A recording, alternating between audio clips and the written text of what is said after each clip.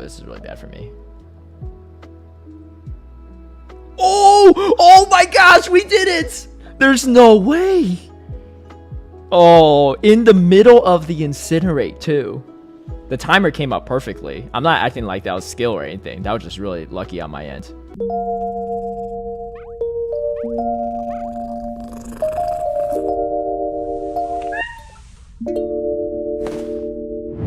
Hey everyone, I hope you're doing well, and I hope Fantasy Cup's going well for you all. For me, I've had a lot of fun running different things in this new meta. Even Galarian Stunfisk is somehow back in it.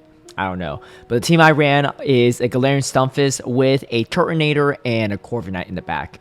And overall, the team's been pretty fun. Had a lot of success with it, climbing all the way almost to Expert at some point in the season and getting on the leaderboards as well.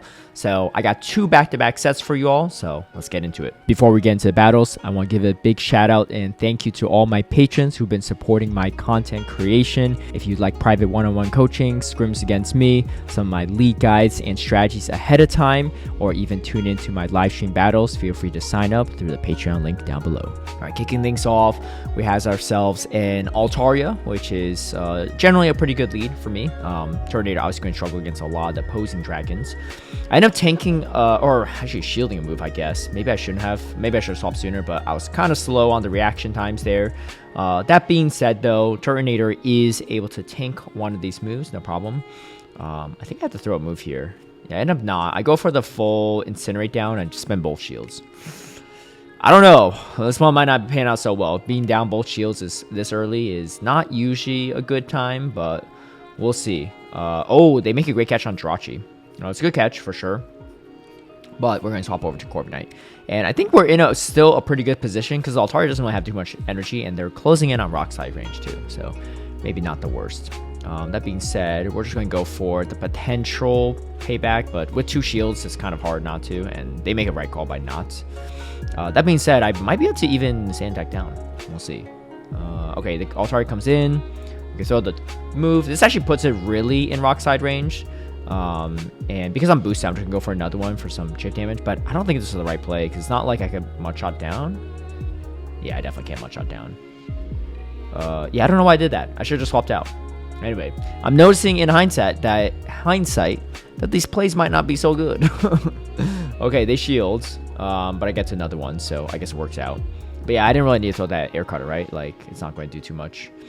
And we get the almost full Mudshot down, but we get the Galarian Stunfisk. Galarian Stunfisk is definitely a lot slower than it used to be, so just keep that in mind. But the pacing is 6-6-5-6 instead of straight 5s, and then it's like 9s. Maybe like 9, like straight 9s maybe to the Earthquake, or 9-8 something. I don't know. But it used to be 8-7-7. So yeah, you could definitely feel a difference. Really great catch from the opponent to catch it onto a Corviknight. But that just sets up our Turtonator, which is quite good. I should be able to Incinerate all the way down. End up burning a shield on the air cutter, which is not great. And then this payback is gonna... Oh, I think it's another air cutter, yeah. So it's not too bad. So I end up having to probably spend a shield anyway. But I guess I could let 2 air cutters go if they don't boost. But we have the back-to-back Dragon Claw, and Dragon Claw does a lot more damage than it used to. Oh my goodness, Miss Lady. Let's see if she's going to stay around for a little longer. She had not a fun day. Had to go to the vets. Her ears are infected still. Ooh. Yeah, it's like she's trying to tell me that they are. All right, I end up shielding here, which may not be so good. And then, yeah, I end up getting Incinerated down. So I need to throw the Rock Slide there. But went for the greedy Earthquake, and that did not pan out. Oh. Okay, you may leave. All right. She's had a long day, so we'll let her go. Yeah, not the best. Honestly, if I get the Rock Slide off, we probably win this game. But because it was a great play by them to just come in the middle, and then they hit me with the Overheat. My only play was potentially hope that they don't have Overheat, and then maybe we could have done something there. But okay, Azumarill. This is an important one. How I play this out is that every Azumarill user I know builds up to Hydro Pump. So because of that, you get to Earthquake first. I throw the Earthquake, then I throw a Mudshot, then I swap. And you almost always catch. This is a weird bug where it shows your health bar go low, but yeah, it didn't actually like register the damage until later. And you catch a Hydro Pump on the Turtonator, which is a good play. I don't even know, but You end up getting a full Incinerate through at least, so you get some extra energy out of it, which is good. And then I can take it out with the Flash Cannon. Oh, I am running Flash Cannon on this because as a safe swap, I think it's just much better. There's very few times where you see them come in like a steal into your Turtonator, and honestly, a lot of times you have Overheat, they shield it anyway, so it's not that good. That being said, they come in Corviknight. This is not too bad because I have some slight play into this with the Galarian Stunfisk. I'm just going to let it go and then come in with my own Corviknight. Corviknight's going to do pretty good. They went Air Cutter. Kind of wild. Don't know why, but that's good for me. And then now we're in a really good spot. I could probably go straight Air Cutter at this point too, or bait out Shield. It's going to do enough damage, I think. Let's see what they do here. But the Dragalge really doesn't want to be against the Corviknight, right? Okay, they don't shield, but that's fine. Yeah, my thought process is even if they don't shield, I get back-to-back Air Cutter off and I'm forced to shield anyway, or I just finish them off. And I'm coming in with the Dragalge. And I don't know. Do I go for the payback here? I guess I probably no, I don't need to. Yeah. I'm just doing too much damage to the sand tags. And if I boost on any of these, it's also really good for me. So you can see right here, just building up to another potential payback. I think do I go Air Cutter here? I think I should go for the payback. Yeah, I do. Wait, that should seal the deal here. Azumarill obviously in the lead seems kind of bad, but it's pretty manageable. Everything on the team has play into it. So 3-ball flex right there. All right, we get a Giratina. This is a purified Giratina, not a Shadow Giratina. Really hard to acquire. I'm not going to ask any questions, but generally speaking, most people don't have the purified Giratina. That being said, it is definitely a lot bulkier because of it. And I think, was this the Shadow Force person? Oh yeah, they threw a Shadow Force at me. I mean, they're bulky enough to get it off, so I guess it makes sense. But yeah, not something you usually see. Not really worth shielding in my mind, but still. They come in and match with their own Turtonator, which is always a good time for your own Turtonator if they do this, because you outpace, and they have to shield. Unless they have Brutal Swing to bait you, this is just like over, right? Maybe they catch a Dragon Claw later, but either way, this is a really good position to be in. As you can see here, I could just Incinerate down. I'm going to shield because, you know, there's not much energy on the Giratina left. And then we could get a lot of value here. And then in comes the Giratina. But we catch it a move on to the Corviknights. That's going to put us in a really good spot. And then in comes a Weezing. Shadow Weezing Galarian Weezing is definitely kind of annoying for this team. Even the Galarian Stunfisk obviously has to respect the overheat, which pretty much everyone has in this meta. So something to note. But they're going to have to debuff themselves if they want to do any substantial damage, and that's what they do. And then we have ourselves, well, this is not going to do enough, and we have the Flash Cannon loaded. Oh, okay. I guess I went for the optimization. Why did I do that? They don't have any shields. Oh, it doesn't matter. Yeah, because I'll have the back-to-back, so it doesn't matter too much. I don't know why I didn't throw that right away, but I think it turned out to be the better play because of that. So Dragon Claw does do a lot more damage than it used to, so sometimes even in those health ranges against fairies, it's enough. Fun fact, the Dragon Claw from a Shadow Dragonite does 69.2% damage to a Shadow Excadrill, resisted damage. That's how much Dragon Claw hurts these days. Obviously from Turtonator is a different story, but just to say, you know, even resisted, Dragon Claw does a lot. Alright, this is actually pretty rough for me, though, because the Azumarill, or the Altaria does farm me down. I do grab both shields, which is nice, but this Flamethrower is going to hurt. Yeah, so I end up shielding it. It's not too bad for me, though, all things considered. Oh, they make a great catch onto Azumarill. But that being said, it's not too bad because, you know, shields down, the Scizor's not that strong. I probably should have thrown an Earthquake here first. I actually don't know why I did this. Maybe I'm just saving it for, like, the Scizor in the back, but like I end up still having to throw an Earthquake probably later, right? I think the Corviknight is more valuable here. And of course, Hydro Pump does make this matchup a lot harder for Corviknight because they can just throw a Hydro Pump and Ice Beam instead of like 3 Ice Beams. Ooh, that's a smart combo play right there. Yeah, I'm gonna have to overfarm a lot here, but the problem is even Shadow Altaria I think tanks these rock sites pretty well. Yeah, did I get the farm down? No. And I think this is a Flamethrower, so it's going to take me out. But that's my only win con, right? The Scizor is still full health in the back. So we do go positive on this first set, which is not bad. But like I said, 2 back-to-back sets. As we see, we're still climbing up. And we catch a fantastic lead here with the Shadow Magnezone. The Mudshots are going to just do way too much. Goodra as a safe swap is pretty solid because you essentially just throw an Earthquake. They shield, great. If not, that's fine too. you do a substantial amount of damage. Most will shield this, and then I come in Turtonator. And the problem is they don't really have any super effective moves for my Turtonator. It's all resisted. So even though the Dragon Breath damage does add up, the Dragon Claw, though, is what's going to do a lot more damage. I'm just going to throw it right away because, you know, the pacing is pretty slow for the Dragon Claws. They end up shielding, so I just need to get to this move. They throw another move, but I have the Dragon Claw. We have Switch advantage. We have Shield advantage. Usually, that's GG's, but we'll see. It's not always the case, but generally speaking, that is kind of how it goes. Oh my gosh, look how much does Incinerate do. All right. And now I'm just going to stay in here. It doesn't really matter even if it's a Wild Charge. It's double resisted. It's not going to do a lot. A good chunk, but not that much. And then in comes a Dragonite. Man, they were not ready for Galarian Stunfisk, that's for sure. And then we're in a really good spot here. At this point in time, too, I'm just going to try to Sand Attack down. I forgot that this thing had Thunder Punch for a second. I was like, wait. This actually does a good chunk, so I'm just actually going to throw the Sand Attack. I still have a shield for the Magnezone, and honestly, the Sand Attacks will probably do enough. So, yeah, and you see they're just going to quit out. All right. This is going to be a Latias. It's not the Shadow, but still pretty rough for me, I would say.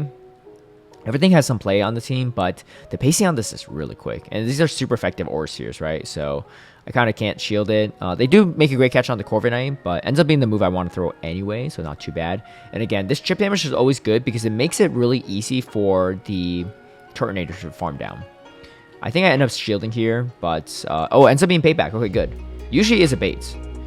This ends up being probably Air Cutter. Maybe I should have thrown a move there to get the shield KO. I don't know. No, having back-to-back Dragon Claw is actually pretty nice.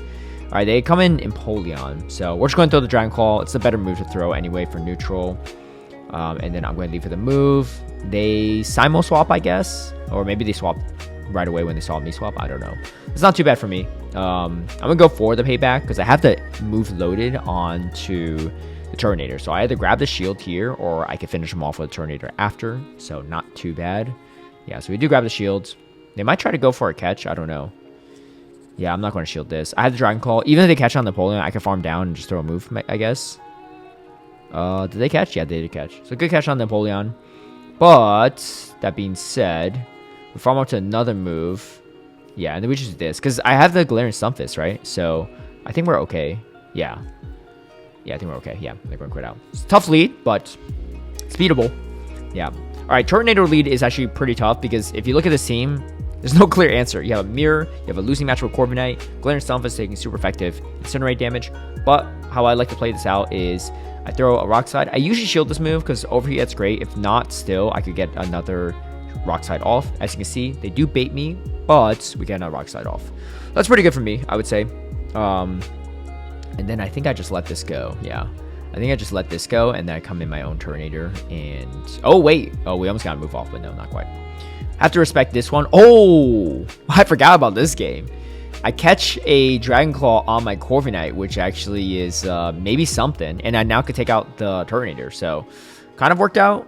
Having a shield for my Turtonator is going to be pretty nice, and then they have their own Corviknight, so that's pretty good for me. I do have to pay back. They throw as well.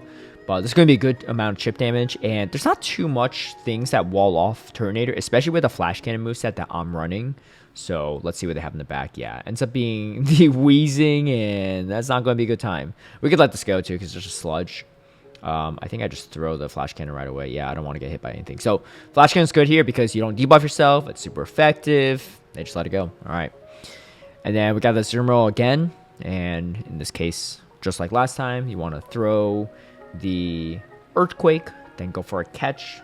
The catch is weird because like if they throw Hydro Pump, you end up letting the harder hitting move go anyway, but sometimes they go Ice Beam. This person, I don't think they threw right away. I'm not actually sure.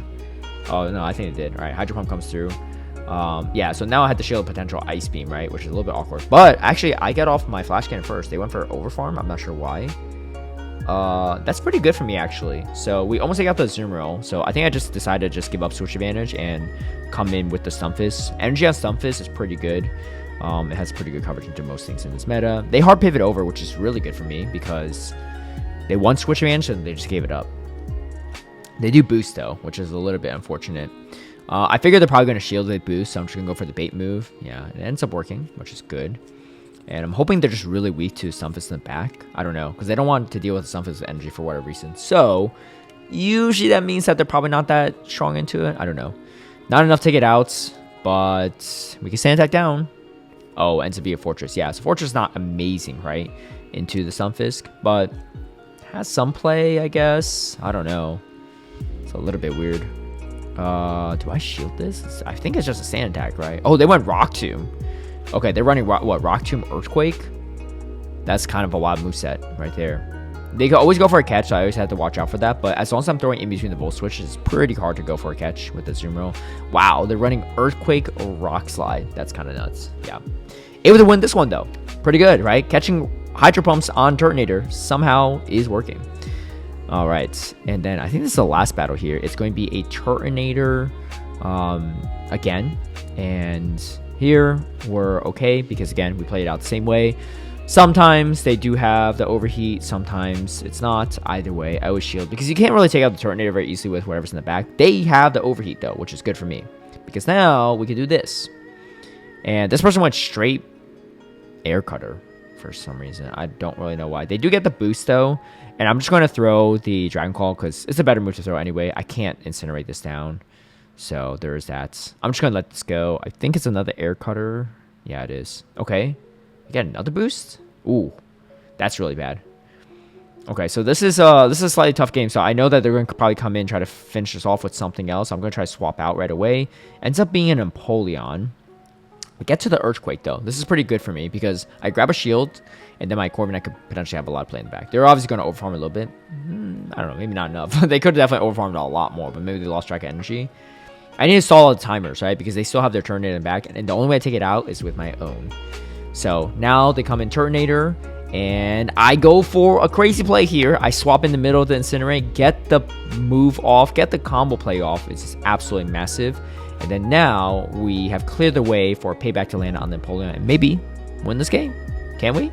We'll see. Payback's not going to do enough to take it out, but hopefully the Sand attacks afterward will. And yes, sir, it does. So ends up working out. We end up getting a 5-0 to end it off. A pretty crazy set of matches towards the end there. And as you can see here, that's what got me to the leaderboards, 26.99 a couple days ago. Hopefully you have the Pokemon for this. I know Galarian Stunfisk is generally pretty accessible, as well as Corviknight. Turtonator might be the harder one. If you don't have Turtonator, I think a replacement you could bring is probably Goodra, I'd say. Goodra's on the slightly safer side here for it. You're going to be a little bit weaker to fairies, but you could draw out most fairies with the Goodra at least, and you have some play into it, right? And you're fine into Azumarill. So best of luck in your own battles, and let me know how it goes. If you like this video, feel free to give it a like and share. Subscribe for future content. Hit that notification bell to get alerted right when I post a new video or when I go live for my live battles. I've been streaming most days, and I'll catch you all later. Peace.